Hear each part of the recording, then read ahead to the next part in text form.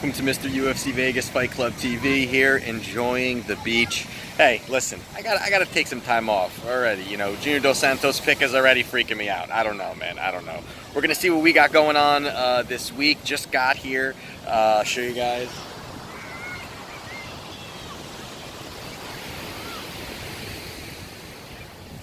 Show you guys some of the sights and sounds. So I will be here for a week here with my family. You know, we're enjoying ourselves and want to, you know, let you guys know what's going on here. That's it. There'll be a man. Yeah. I like this song.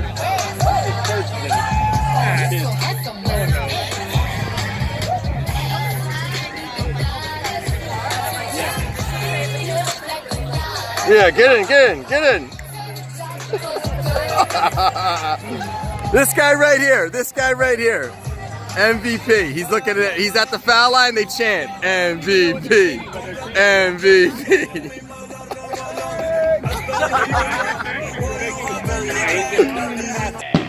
Boom, boom, here.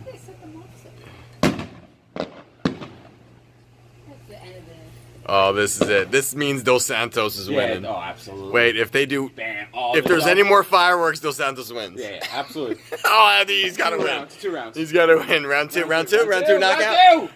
Welcome to Mr. UFC Vegas Fight Club TV. I am Kyle, your host. Welcome to the podcast. Welcome to the bet review show for Fight Night 133.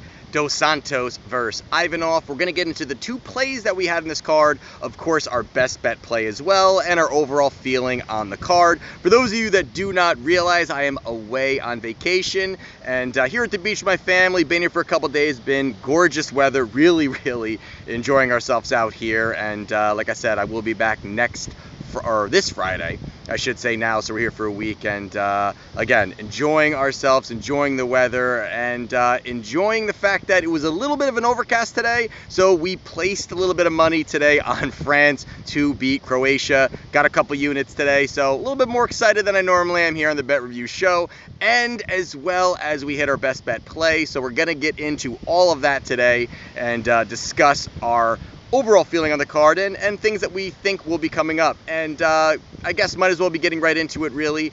Our best bet play was Junior Dos Santos.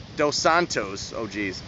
I've been drinking. Against Ivanov. And Dos Santos here, I mean, this was stuff that we talked about getting into, you know, our prediction show and things that we really liked about it. And, you know, his combinations, his boxing, his overall experience in the cage is going to be a very big of a difference maker against a guy like Ivanov, who has not faced top level competition, who really does not have really a polished skill set.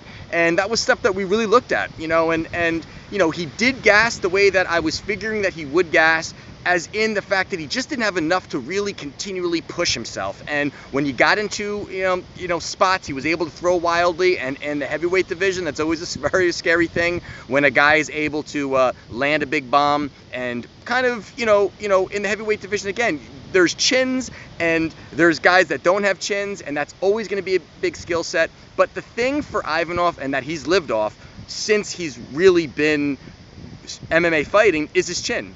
It's not his skill set.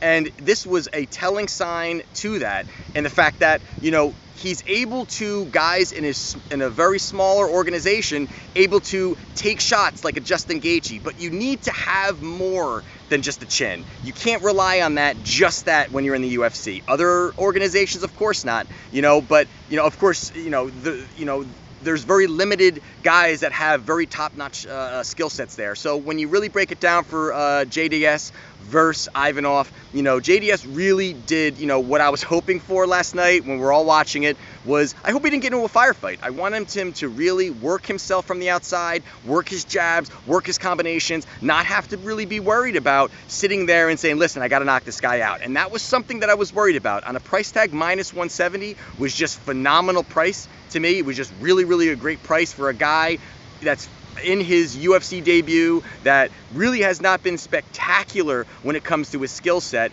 and JDS did it. He really was calm. That first round, you could tell he got a little excited, got hit with a couple shots, and realized, listen, let me just get this W and let's move on, because you're not going to knock this guy out. You're not going to get some flash knockdown from Ivanov But what you can do is you can work it from the outside, you can work the leg kicks, you can work the, the front kick that he did a lot of times. He worked combinations, stuck and moved, and just got him tired. And that was really a great way that JDS was able to really work himself in this fight. And it was a great strategy.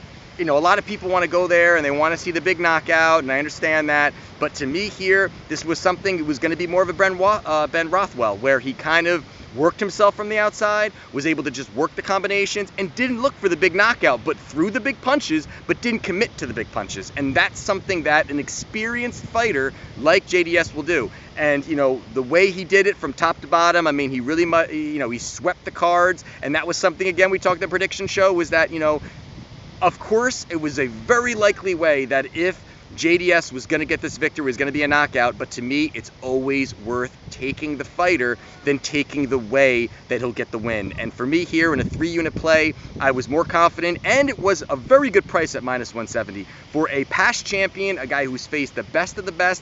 Can you say that there was a point there where you look at it and you say, you know what?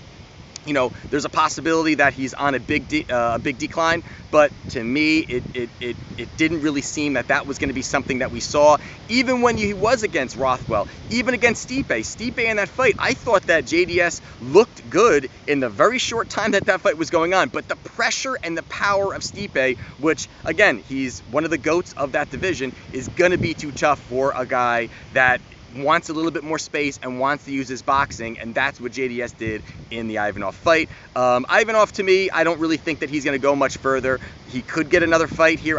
I'm not really sure, but if he can't, if he's got to rely on his chin and he has no skill set behind it, I don't think that you're going to see him very far. I think he's going to go back down to other organizations and see if he's got success there. And of course, he's had success. And again, when you can't knock a guy out in those lower levels, there's a possibility that they're really not gonna pan out when they come to the UFC. So that was that fight, and we able to cash in on our best bet play, and it's a milestone this year. We hit our 20th win, so we are 20 wins, 9 losses, plus 17.18 units for the year. So we're back to that 70 percentile of hitting this. Again, we have not bet these high favorites, and we continue to get those value plays where you're going to really find value, not have to put too much up, not these -3, -400. And again, I see a lot of those YouTubers out there that love to call those their 70% winners, and they're at -500. That's nothing. That doesn't even, that's not handicapping. That's just saying you're picking the favorites, and those are your one you're most confident in.